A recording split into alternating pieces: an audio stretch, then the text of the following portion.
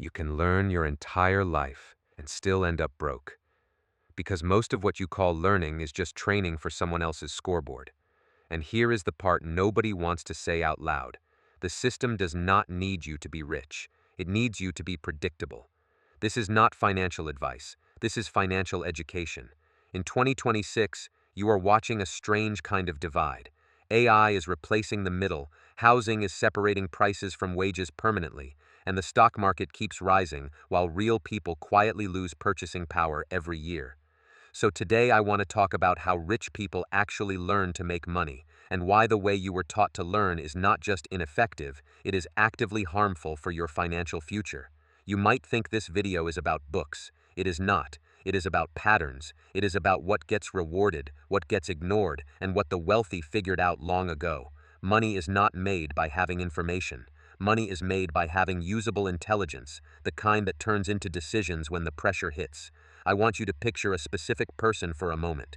32 years old, works a steady job, good grades once, smarter than average. He is not lazy. He is not stupid. He studied, he tried, he followed the rules, and he still feels trapped in a life where the calendar moves forward but his bank account refuses to. He does not even hate his coworkers. He hates the feeling of being powerless inside a system that keeps changing the goalposts while smiling at him like it is his fault. Now imagine his story in your mind. He was the top student, then he graduates and reality hits. Promotions come slower than bills, rent rises faster than pay, car payments turn into a cage. Buying a house feels like a fantasy in a world where the average down payment is not a down payment, it is a relocation fee to a different stage of life. He starts to wonder if he is missing some secret. Then he sees classmates who used to be average suddenly become owners, founders, investors. They do not even look smarter, they just act like they are playing a different game. And here is where your anger should begin, because this is the uncomfortable truth. They did not become rich because they read more. They became rich because they learned differently. They learned in a way that built leverage, relationships, and skills that compound. You learned in a way that built compliance. Let us talk about that first mechanism, the mechanism that turns learning into poverty. Most people were trained to learn for performance, not for value. Schools reward the ability to reproduce answers. Workplaces reward the ability to survive hierarchies. Both systems are built to select people who can follow instructions, not people who can design outcomes. In the classroom, that is called studying. In the corporate world, it becomes called being a team player. But when you zoom out to your financial life, it becomes something darker. You are being engineered to stay in the middle, where substitution is cheap. AI is making this visible in real time. In 2026, you can watch companies reduce headcount faster than anyone predicted in 2020, even when profits look fine. Why? Because tasks got automated, workflows got standardized, and the margin of error got smaller. Your employer does not need you to be brilliant, they need you to be replaceable on schedule. If you are trained to do narrow tasks repeatedly, you become a plug-in component. The moment AI can simulate your output, the company does not lay you off out of cruelty. It does it because the spreadsheet says the change improves efficiency. So here is the question that matters. When you were studying, did anyone teach you how to build transferable power? Or did they teach you how to pass the next test? Because if all you ever did was chase approval, you might still be smart, but you will be financially illiterate in the way that matters. You will be able to speak in terms of grades and credentials and hard work, but you will not know how to translate that into income streams that are not owned by someone else. Pattern interrupt. Think about your own life for a second. When was the last time someone asked you to write a plan for how your learning turns into revenue? Not into confidence, not into personal growth. Revenue. When was the last time you were taught that knowledge has to survive contact with markets? Markets do not care how hard you tried. Markets do not care that you read 10 books. Markets care whether you can produce something people want at a price they will keep paying. That is why the wealthy obsess over learning that creates leverage. Leverage is what turns your time from an expense into an asset. And leverage does not begin in a brokerage account. It begins in how you learn. Next, I want to address the most common lie people tell themselves. The lie is that the rich learn by being naturally smarter. That lie is comforting because it turns poverty into destiny. It makes you think, well, I cannot become rich because I do not have the brain for it. That is not what happens. Intelligence in the real world is less about raw IQ and more about pattern recognition.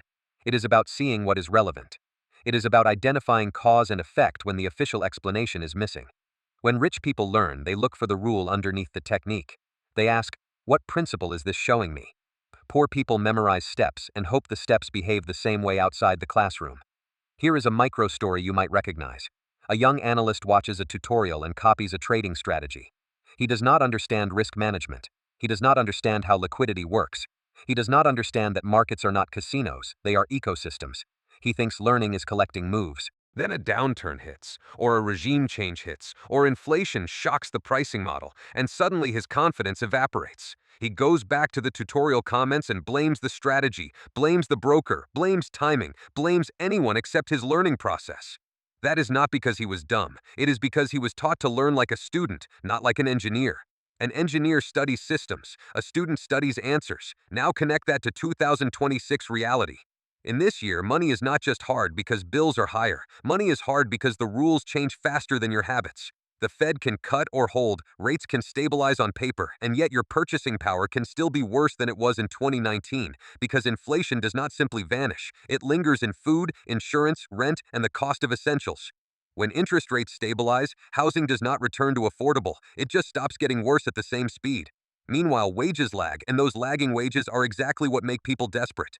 Desperation is a financing tool, and the wealthy know it, so they learn to think in terms of cash flow, assets, and timing. They learn what institutions learn. They learn how the system makes money, and they learn how to avoid being exploited inside it. Pattern interrupt again. Do you know what people rarely learn? How to read incentives. If you cannot read incentives, you become the perfect customer.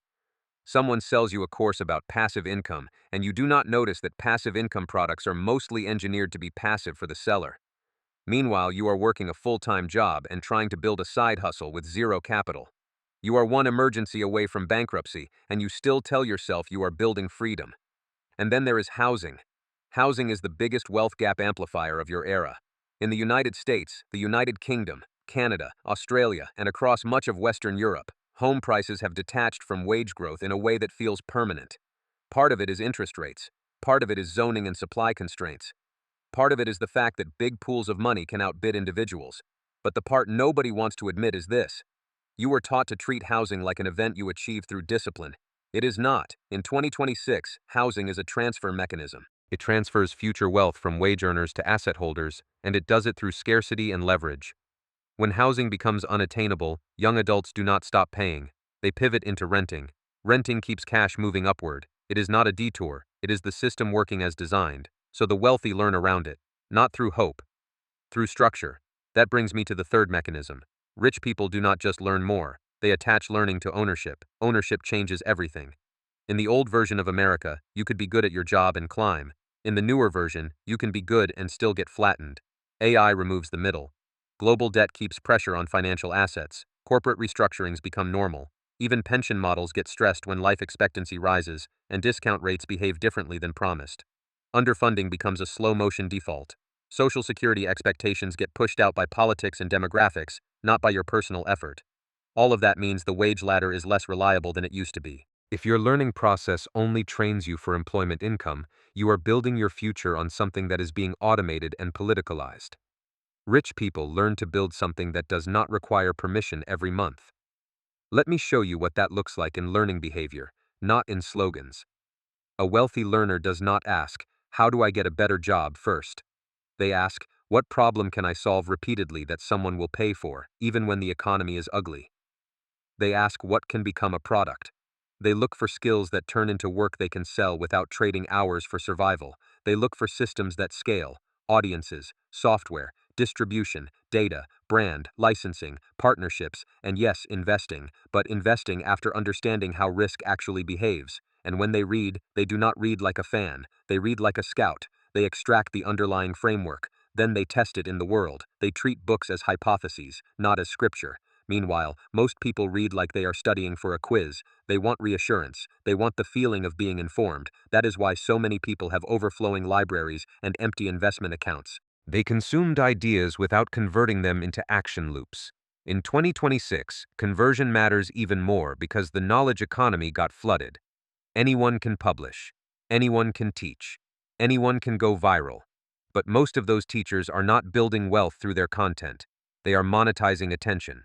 If your content strategy is only about views, You are working for an algorithm that can change its mood overnight. If your learning is only about being entertained, you are training your brain for short-term reward, not long-term leverage. Pattern interrupt.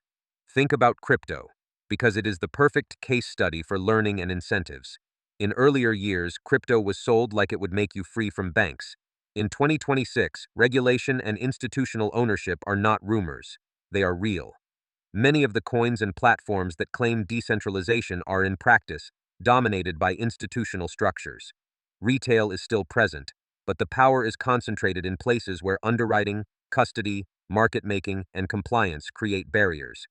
And the retail investor learns too late that decentralization was never a shield against risk. It was a distribution of risk, often away from the institutions and toward individuals who do not understand volatility. This does not mean crypto is evil. It means your learning must include market structure. It must include who controls liquidity. It must include who benefits from your assumptions. Because if you do not, you will keep repeating the same mistake across different markets. You will confuse narrative for mechanics. Now, let's go back to the classroom metaphor from earlier, but make it real for you. The transcript you provided describes a person who read classic books, but still dismissed the practical value at first. He was smart, but his intelligence was shaped by the education system.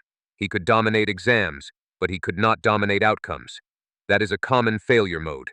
You might have experienced it. You might have noticed that you can understand a concept quickly, but you freeze when you have to execute. You can talk about money, but you cannot build consistent habits. You can criticize hustle culture, but you have no alternative plan. You want freedom, but your learning does not connect to cash flow. That is not a character flaw. It is a missing link in the learning loop. Here is the fourth mechanism, and it is the darkest one. Learning without feedback becomes mental masturbation. If you learn but never test, you become someone who collects theories the way others collect souvenirs. It feels productive. It feels like progress. But there is no measurable improvement. In finance, that is deadly, because markets punish delayed adaptation. So wealthy learners demand feedback. They set experiments. They measure results. They adjust. They do not treat mistakes as shame. They treat mistakes as data.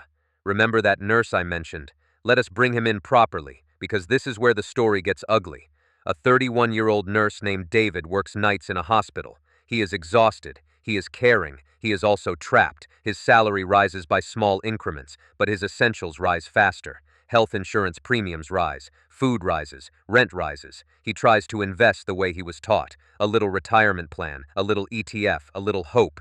Then AI accelerates scheduling efficiencies. His hospital streamlines roles. They do not fire him at first. They just reduce opportunities. Over time get squeezed. Raises get delayed.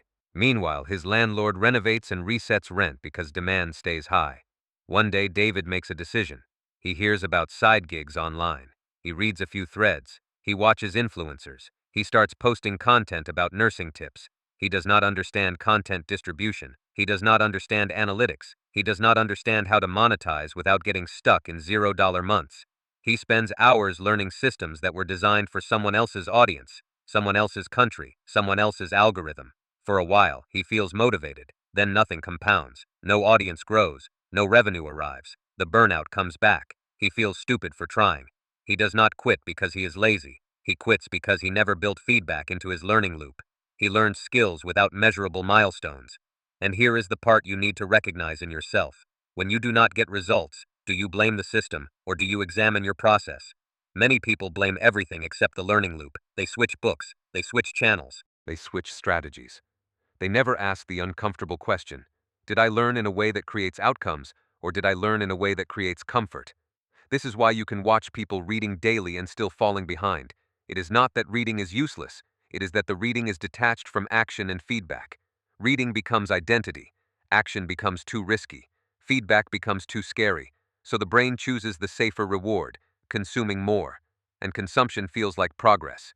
In 2026, consumption is a business model. That is not a conspiracy. It is capitalism. Attention monetization exists because it is profitable. The people who benefit from your distraction are not only influencers, they are also the financial intermediaries that profit when you stay confused, when you stay late, when you stay emotionally reactive to headlines. So wealthy people learn to be uncomfortable in the right places. They learn to ask hard questions early. Now let me escalate the stakes, because this is where your anger should turn into clarity.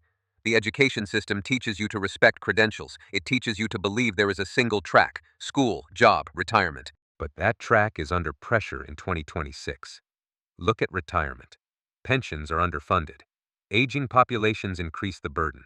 Social Security faces long-term solvency issues as promised benefits outgrow the contributions. People in their 30s and 40s are now planning as if they will not get full support, and they are right to be worried. Even when politicians promise fixes, the window for political action does not align with your personal timeline. And global debt is over $300 trillion across the world. That debt does not disappear. It requires refinancing, restructuring, or monetization over time. Each cycle changes interest rate expectations. Each cycle pressures currency values. Each cycle threatens asset prices.